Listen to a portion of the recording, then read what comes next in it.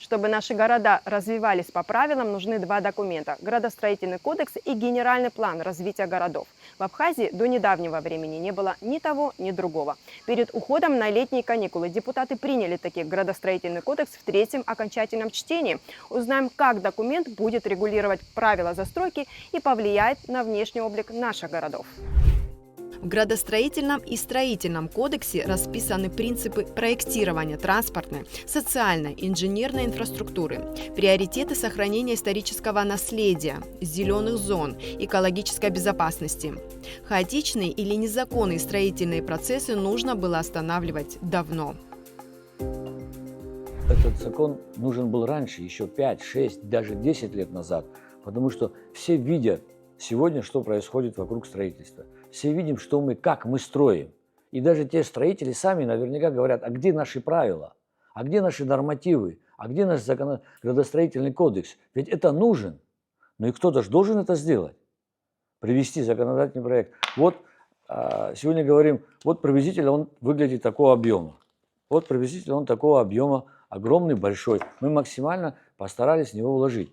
Не может существовать ни отрасль, да, не целая индустрия без правил, без законов. У нас есть земельный кодекс, теперь у нас есть кодекс, регламентирующий правила застройки. Мы должны понимать, как устроены наши города. Правила нам помогут опираться на этот кодекс, и он полезен для тех же застройщиков и для администрации городов. Он полезен в целом для городов и страны. То есть документ, в котором прописано, как правильно, как нужно, где есть зонирование. Он был необходим нам с первых дней нашей независимости, но мы пришли к нему только сейчас. Работа над кодексом шла в парламенте долго и с большими перерывами. Исфирь Топ – одна из главных разработчиков вынесенного в третье чтение документа. Время ушло на согласование статей с главами администрации, архитекторами, юристами. Всего в документе 3 раздела и 111 статей. Кодекс разграничивает жилой сектор, общественные пространства, парковые и рекреационные зоны. Расшифровывает строительные понятия.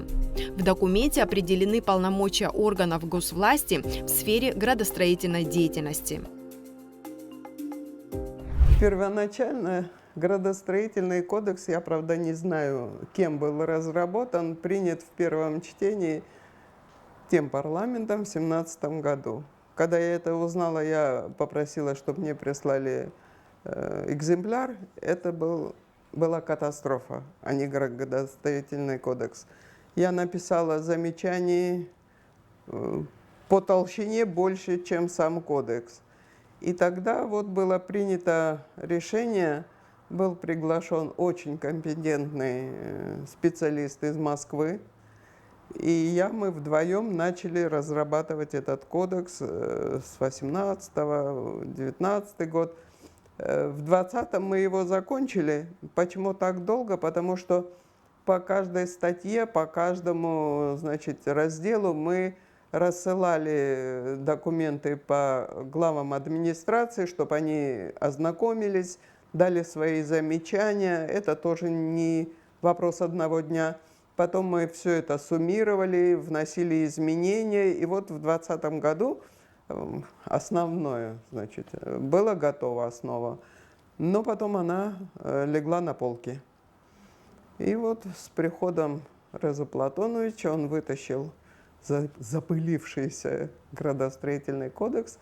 Мы еще немножко поработали. С одной стороны юристы, с другой стороны наше управление. Там 3 статьи, раздела. Общие данные, где идет, во-первых, расшифровка всех строительных понятий. У нас часто возникают споры. Например, яркий пример. В пляжной зоне можно строить только сборно-разборные конструкции, а у нас строятся целые дома. Говорят, не буду уточнять, кто, шлакоблок это, говорит, легкая, говорит, поэтому из шлакоблока это легкая конструкция. Тут все дано, что легкое, что капитальное строительство, что такое красная линия, что все абсолютно, что может встретиться в строительной терминологии, здесь поясняется. Второе, значит, в этом же разделе дается описание прав и обязанностей каждого, начиная от президента, кабинета министров, нашего управления, местного самоуправления, государственного управления, все, кто что должен делать, чтобы строительная отрасль нормально работала. Второй раздел – это градостроительство, где досконально говорится, как разрабатываются, значит, общие планы Абхазии, зонирование общей Абхазии, потом генеральные планы городов, детальные планы. Можно, вот, генеральный план города, например, вот этот участок, курортная зона. А детальный план, вот этот участок ставится, вот здесь будет санаторий на столько мест, здесь дом отдыха, здесь гостиница и все. Здесь все прописано в градостроительном кодексе, все подходы к разработке, значит, этих планов, генерального. Вторая часть, да, это, значит, вторая часть. И третья часть, это строительная. В строительной части мы попытались решить те проблемные вопросы, которые часто возникали в нашем управлении. К нам очень многие обращаются с разъяснениями, за разъяснениями, и мы все хотели в этом отразить. Эта строительная часть не похожа ни на одну строительную часть никакого градостроительного кодекса. У нас много всего, что мы... Какие мы видели проблемы, мы хотели их решить. Мы внесли 70 поправок. Вплоть до того, какое количество из общей площади должно быть пятно застройки. Тоже согласовывали, долго спорили. Что такое один номер, да, его объем, какой должен выглядеть забор между соседями и как должен выглядеть забор на магистральных трассах. Тоже определили 1,5 метра, 2 метра. Надо ли согласовывать его с архитектором города для того, чтобы общий вид иметь здания. Как должны выглядеть строительство частного сектора. Все это приводит к согласованию с архитектурой и так далее. Знаете как, мы максимально избавили, наверное, население архитектуры от контакта для того, чтобы не было коррупционной составляющей, да, вот здесь. Это важно, чтобы никто не злоупотреблял законом, да, что не дам, хочу, не дам, хочу, дам. Здесь все прописано, что можно, а что нельзя. И никто не придумает, что вот это я сейчас придумал, вот это вчера можно было, а сегодня нельзя. Тут практически все будут приведены к общим правилам и нормативам. Мы все сегодня, все граждане, и строители, и потребители, все готовы строить согласно правил и норм, которые будут распространяться одинаково для всех. Это правила хорошие, они их тоже будут радовать, потому что для всех одинаковые правила. Правила, которые для всех применительны. И тогда с удовольствием все будут понимание иметь, что есть правила, которых надо придерживать. И будут строить. И все понимают, что они для всех одинаковые. Следующий этап – разработка генерального плана развития городов. Это закреплено в градостроительном кодексе. Разрабатывается генплан не менее чем на 25 лет. Обычно его заказывают, а стоит это больших денег. Документ показывает, как город выглядит сейчас и что будет с ним через много лет. В генплане его разбивают на зоны. И для каждой определяют, где, к примеру, будет жилой район или парк вместо очередной высотки, а где должна быть промзона. Следующим этапом нам необходимо разработать концепцию развития городов. Это тоже необходимо делать на государственном уровне. Нам нужно понимать, как будут развиваться наши города в будущем, тем более если они активно застраиваются.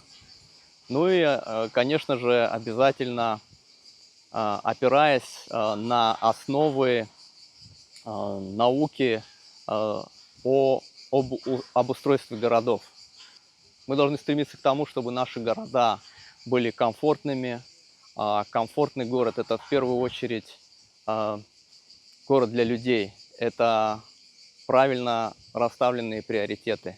Когда у нас будет разработана концепция развития городов, мы будем понимать и стилистику фасадных решений, и вообще обустройство городов.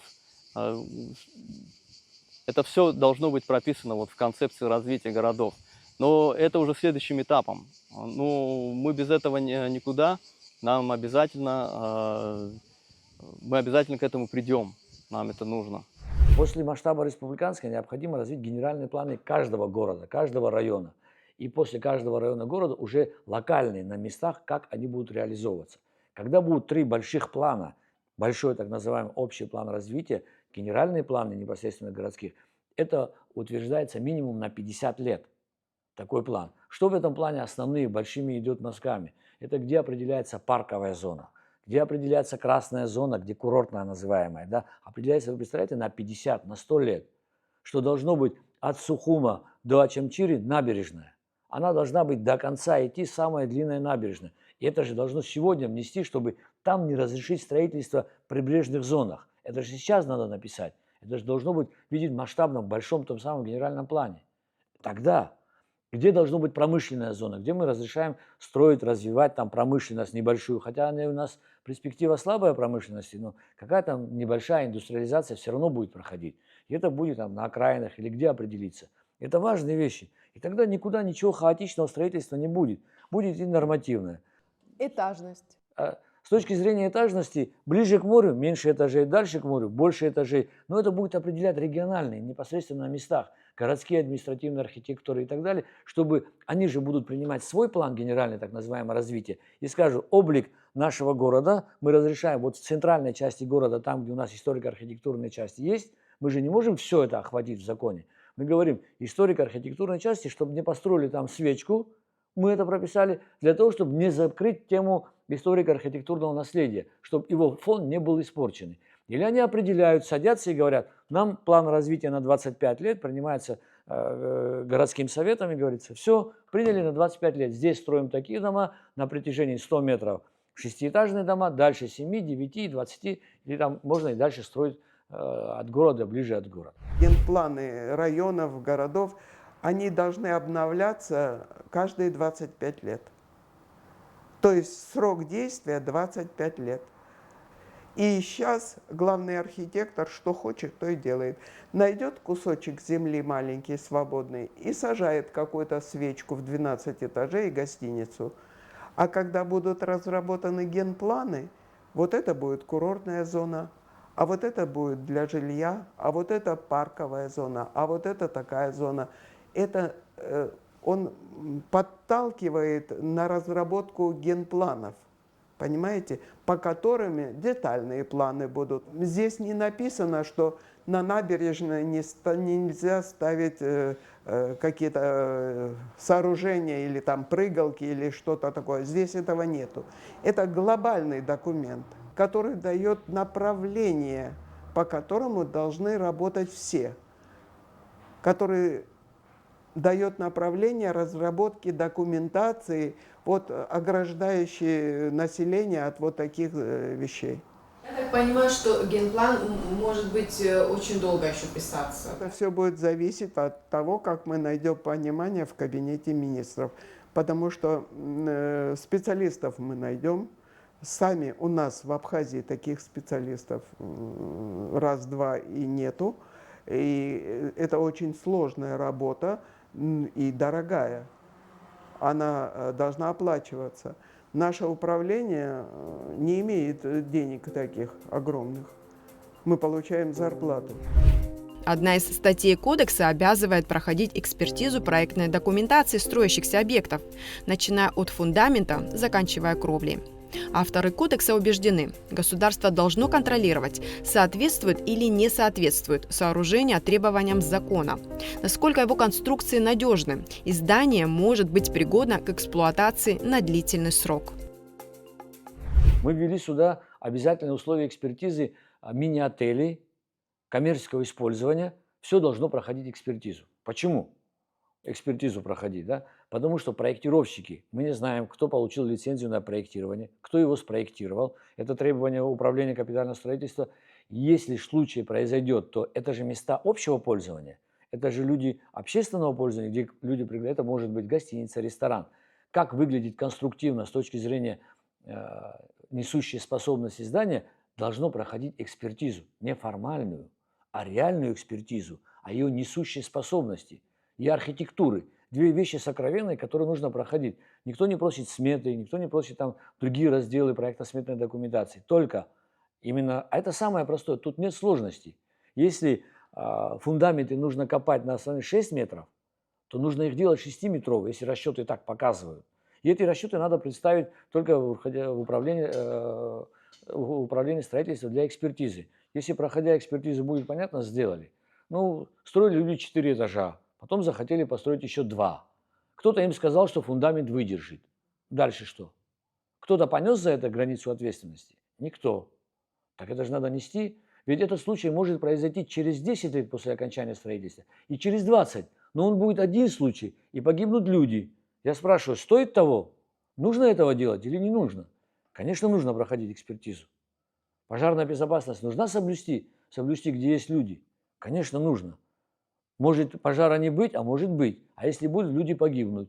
И что один человек, это стоит того, что ввести такую дисциплину, такие правила.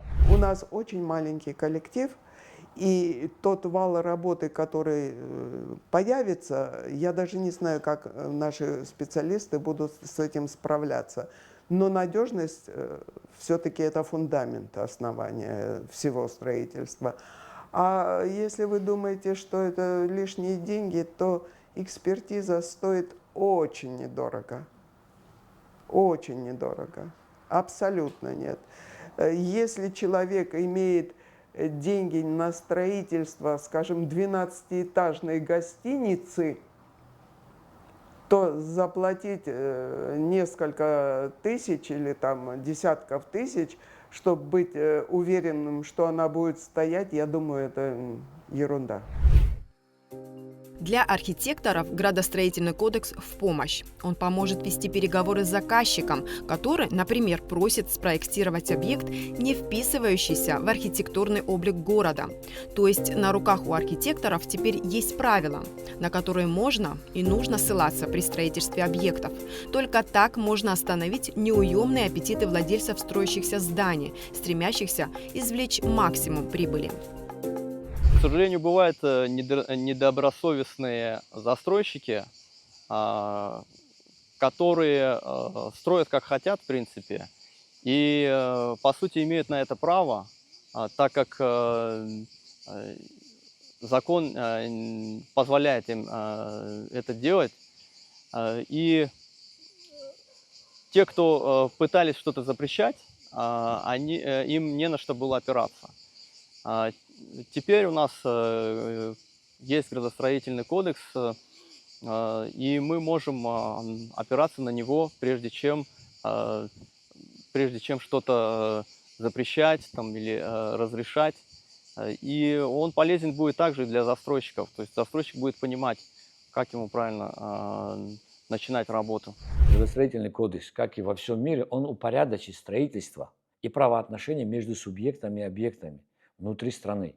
Это приведет к общим правилам. А откуда рождаются правила и нормы? От необходимости. Они всегда вносятся изменением, они всегда вносятся необходимостью реализации того или иного проекта. Мы сюда, если немножко зайти еще, вернуться назад, то или для сравнения, другие страны, допустим, Российская Федерация и заглянуть в другие страны, там Казахстан, то у всех у них, кроме закона самого, еще существует министерство, которое постоянно готовит подзаконные и нормативные акты для реализации этого закона. У них закон маленький, небольшой, там определены основные принципы, как оно работает, и определены понятия. Но саму нормативную базу министерство готовит и пишет, издает как акты, как подзаконные акты. И руководствуются, все эти строители руководствуются Если мы возьмем себя как российскую индустрию строительную, то она гигантская, огромная. Вы представляете, какие они строят дома 16, 40, уже 80-этажные строят. Им всем нужны нормативы. А как они пишутся? Из необходимости. Появился запрос сдалека, значит, нужно писать нормативы и правила.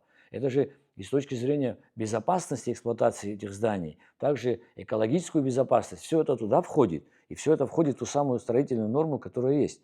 Ну и, наверное, тут о нашем строительном и вообще о строительстве много можно говорить всегда, без остановки. Это огромный объем информации, который можно говорить.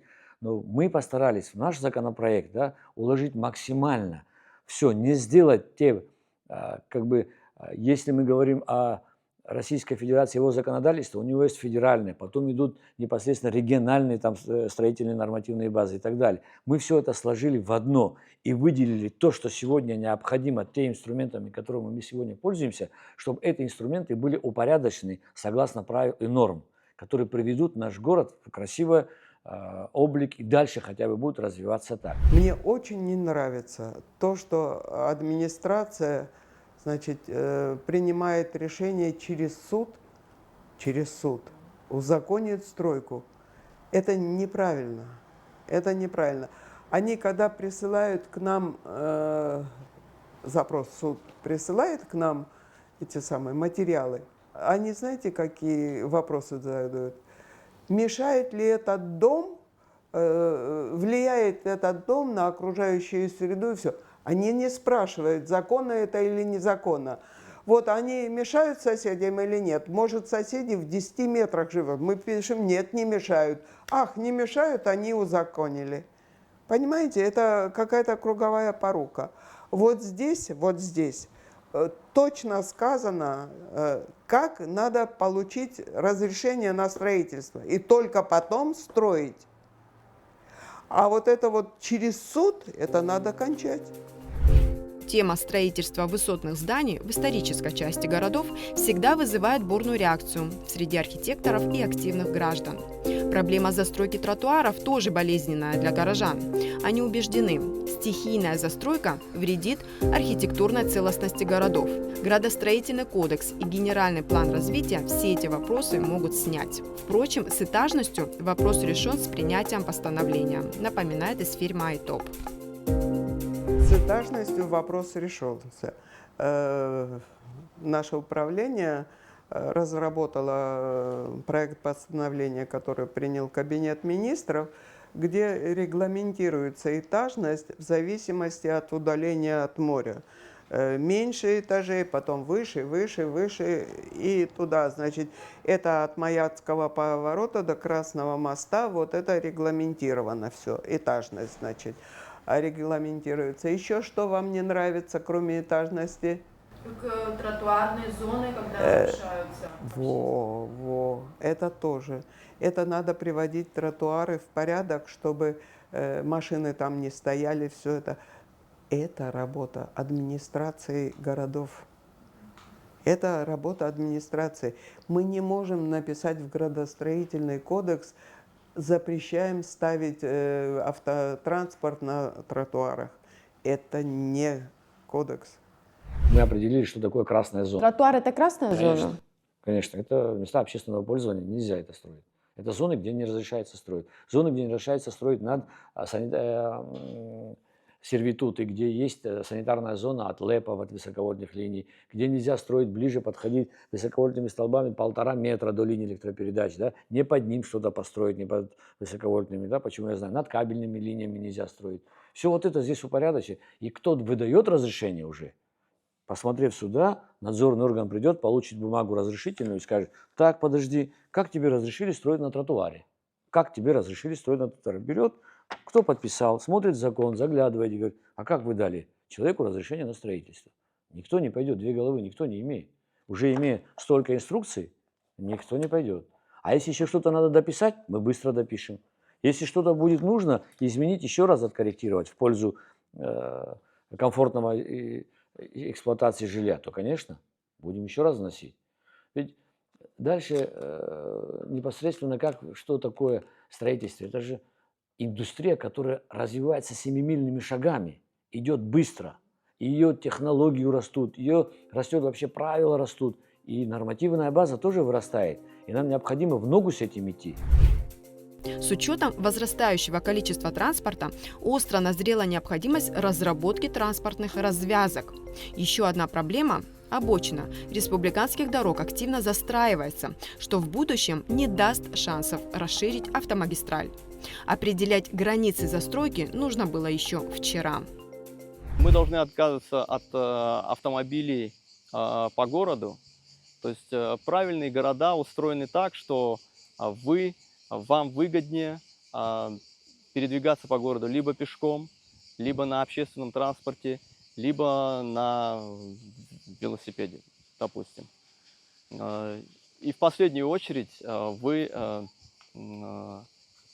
вынуждены передвигаться на автомобиле по городу только вот в крайних случаях. Автомобиль должен быть для того, чтобы передвигаться между городами. А в городе, в первую очередь, это общественный транспорт. То есть вы, когда стоите перед выбором пройтись пешком, либо проехаться на автомобиле, либо, используя общественный транспорт, передвигаться, у вас должен быть самый невыгодный вариант – это на своем автомобиле. То есть город должен быть так устроен, что когда вы стоите перед выбором, то в первую очередь вы должны понимать, что вам удобнее на общественном транспорте, либо пешком. Возникает вопрос, что будет с самостроем или недостроенными объектами недвижимости? Сейчас так глобально уже говорит, то о тех случаях, которых уже построены, наверное, это такой вопрос местных администраций, исполнительной власти, да, как она сейчас будет начинать реализовывать этот проект. Ведь вы поймите, что закон мы прописали, закон существует и есть, но что главное, кто надзорно-контрольный орган над этим законом? Вот этим органам, надзорным органам, необходимо придать силу, чтобы они могли дальше контролировать его реализацию. А для этого им надо дать инструмент, их оснастить инструментом. Это независимые органы. Любой двигатель развития государственности, да, именно государственных институтов, это надзорно-контрольные органы ведут. Других нету. Архнадзор, стройнадзор, они надзорные органы, которые должны вести. Другой вопрос, что они тоже должны быть дисциплинированы, они тоже должны быть независимы и в заработной плате, и в неподкупности. Так к этому стремиться надо, и этого надо достичь. Какая должна быть концепция развития Сухума? Конкретно Сухум, он уже начинался как квартальный. То есть у нас тип застройки квартальный – это самый удобный тип застройки, то есть для человека. Квартальная застройка – это вот периметрально открытые фасады, которые контактируют с улицей. То есть вы прогуливаетесь по улицам, и перед вами открытые фасады. То есть вы можете зайти в магазин, вы можете зайти в кафе, прогуливаясь по набережной, прогуливаясь по проспекту Аяйра, да, или Атынчра. Вот так и надо развивать города. Ну, в пользу, конечно же, людей, пешеходов в первую очередь. Опять-таки правильно расставленные приоритеты, где главное в городе это человек, это пешеход. То есть доступ для людей, абсолютно любых, для взрослых людей, для пожилых людей, для родителей с детьми с колясками, для людей с ограниченными возможностями. То есть в первую очередь это 100% населения вообще и людей в общем. Пешеход. Города должны развиваться для пешеходов. А мое мнение, да, историческую застройку, вообще исторически сформированный центр города оставить в покое, не трогать его и развивать дальше город. Вот у нас есть такие вот места, где можно развивать город и делать конкретно отдельно жилые кварталы, немножко отдаленно от центра города.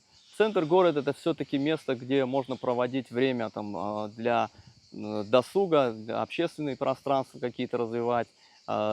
Центр города – это для офисов, где можно проводить время работая, где можно там завтракать, обедать в каких-то там заведениях общепита.